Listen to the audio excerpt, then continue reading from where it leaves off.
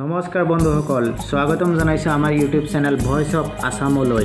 আজি আমি আলোচনা কৰিম হায়াৰ ছেকেণ্ডেৰী পাছ কৰাৰ পাছত যিকোনো কলেজত আপুনি ঘৰত বহিয়ে অনলাইন এপ্লিকেশ্যন কেনেকৈ কৰিব পাৰে। যিকোনো কলেজতে হওক, লাগিলে যিকোনো ইউনিভাৰ্চিটিৰ আণ্ডাৰতে হওক, আপোনালোকে নিজে অনলাইন এপ্লাই কৰিব পাৰে। তেতিয়াহ'লে বলক আমি আজি ভিডিঅ'টো আৰম্ভ কৰোঁ। ফ্ৰেণ্ডসকল, আমি ডাইৰেক্ট গুচি আহিলোঁ মোবাইল স্ক্ৰীনত। এতিয়া মোবাইল স্ক্ৰীনত আপোনালোকে যিকোনো এটা ব্ৰাউজাৰ অপেন কৰি ল'ব। ব্ৰাউজাৰত আপোনালোকে যিটো কলেজত এডমিশ্যন ল'ব বিচাৰে সেইটো কলেজৰ নামটো লিখিব। উদাহৰণ দেখুৱাই দি আছোঁ।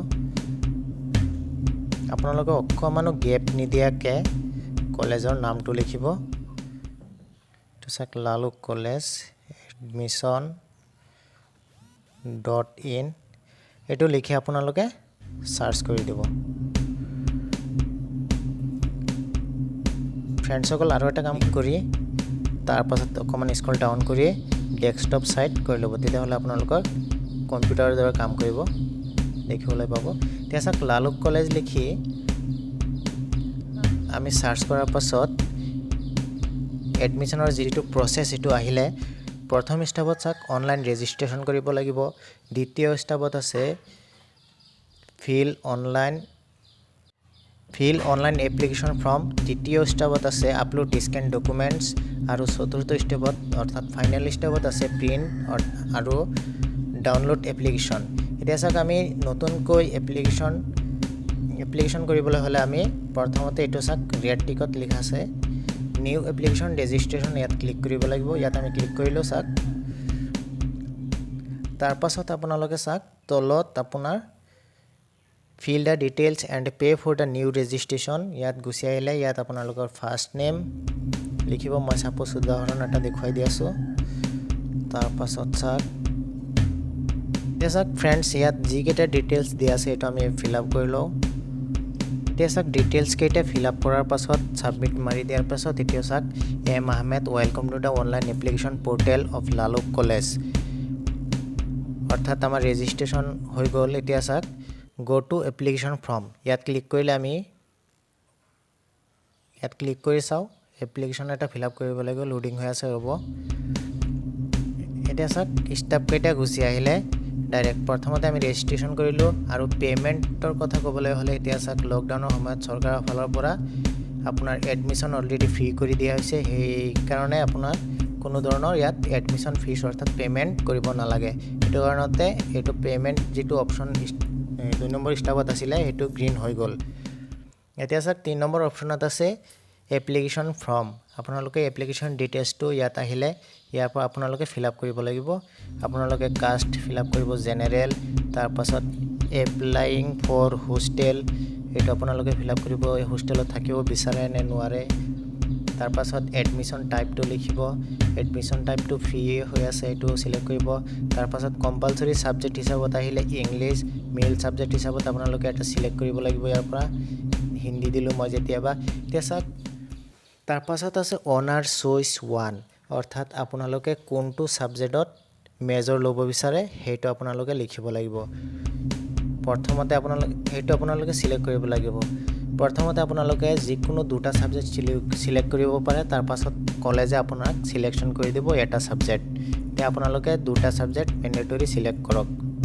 মই এটা দিলোঁ আছামিজ আৰু এটা দিলোঁ ধৰি লওক ইংলিছ। তাৰপাছত জেনেৰিক ইলেক্টিভ 1, এইটো আপোনাৰ মেণ্ডেটৰী। আপোনালোকে ইলেক্টিভ অৰ্থাৎ অতিৰিক্ত ছাবজেক্ট হিচাপে কোনটো চিলেকশ্যন কৰিব বিচাৰে সেইটো ইয়াৰ পৰা চিলেক্ট কৰিব। জেনেৰিক ইলেক্টিভ ছাবজেক্ট 2টা, সেইটো আপোনালোকে এটা চিলেক্ট কৰিব। তাৰপাছত আহিলে কেণ্ডিডেট ডিটেইলছ, এইটো আপোনালোকে যেনেকৈ আছে তেনেকৈ ফিল আপ কৰিব। মই ৰ'ব ফিল আপ কৰি আপোনালোকক পুনৰাই আহি আছোঁ।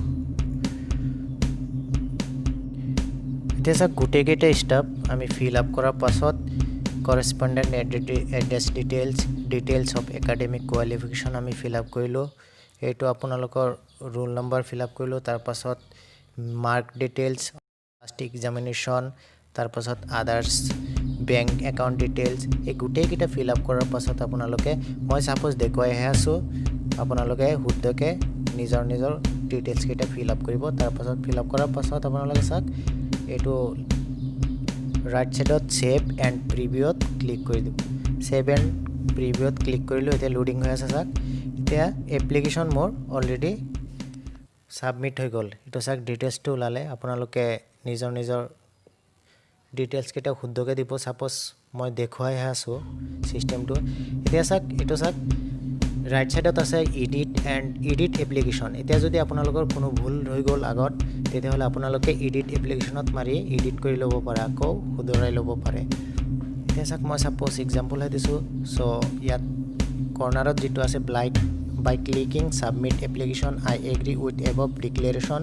অৰ্থাৎ আপোনালোকে ওপৰত যিকেইটা ফিল আপ কৰিছে একেটা আপোনালোকে সন্মতি দিলে আৰু আপোনালোকে আগবাঢ়িব বিচাৰে গতিকে ইয়াত ক্লিক কৰি পাৰমিশনটো দিল আৰু সাবমিট এপ্লিকেশ্যন এণ্ড প্ৰচিডত ক্লিক কৰক এতিয়া চাওক লোডিং হ'ল এতিয়া চাওক আমাৰ এপ্লিকেশ্যন ফৰ্ম 3 নম্বৰ স্টেপত যেটো আছে এটা আপোনালোকৰ অলৰেডি ফিল আপ হৈ গ'ল এতিয়া আপোনালোকৰ 4th নম্বৰ স্টেপত আছে আপলোড ডকুমেন্টস এতিয়া চাওক আপলোড ডকুমেন্টস আপোনালোকে নিজৰ আপলোড ডকুমেন্টস কেইটা আপলোড দি ল'ব এতিয়া চাওক ডকুমেন্টস কেইটা আপোনালোকে নিজে আপলোড দি ল'ব ইয়াত যেনেকৈ বিচাৰিছে তেনেকৈ আৰু যদি আপোনালোকৰ কোনো অসুবিধা হয় তেতিয়াহ'লে আপোনালোকে কমেন্ট কৰিব আমালে আমি ডকুমেন্টস আপলোড দিয়ালৈ নেক্সট এটা ভিডিও বনাম আৰু আপোনালোকে চাব পাৰিব আপোনালোকে কমেন্ট কৰিব তাৰ পাছত ডকুমেন্টস কেইটা আপলোড দিয়াৰ পাছত আপোনালোকে সাবমিট মাৰি দিব তাৰ পাছত ফিনিশ